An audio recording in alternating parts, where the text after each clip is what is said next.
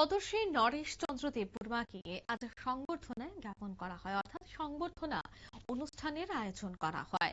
এদিনের এই সংবর্ধনা অনুষ্ঠানটির আয়োজন হয়েছে আগরতলার সুকান্ত একাডেমি অডিটোরিয়ামে কল্যাণ আশ্রম কর্তৃপক্ষের উদ্যোগে। মূলত পদ্মশ্রী পুরস্কার প্রাপক নরেশ চন্দ্র দেববর্মা সংবর্ধনা জ্ঞাপন অনুষ্ঠানে কল্যাণ আশ্রমের তরফ থেকে উপস্থিত ছিলেন প্রাক্তন বিধায়ক অতুল দেববর্মা, পদ্মশ্রী নরেশ চন্দ্র দেববর্মা সহ অন্যান্যরা। এই অনুষ্ঠানটি অনুষ্ঠিত হয় সুকান্ত একাডেমিতে, যেখানে বিশেষভাবে এই দিনটি আজ উদযাপন করা হয়েছে।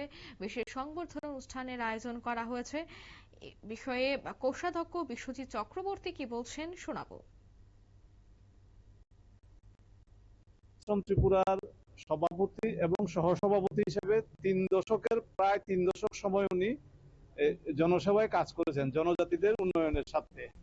সহসভাপতি হিসেবে ছিলেন প্রায় 2 দশক, আর তারপরে আরো 8 বছর উনি সভাপতি হিসেবে ছিলেন।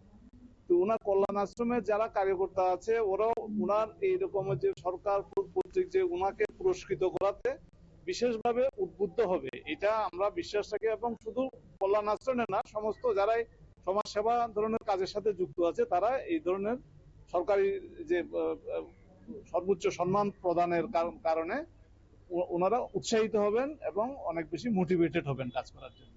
এটাও আমাদের একটা উদ্দেশ্য। আমি কল্যাণ আশ্রমের কোষাধ্যক্ষ ত্রিপুরা।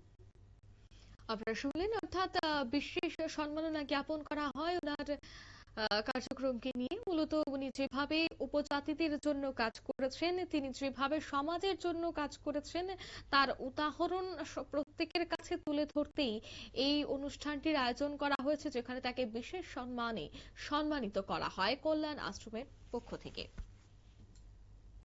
নিয়ে নিচ্ছি ছোট্ট একটি বিজ্ঞাপন বিরতি, সঙ্গে থাকুন।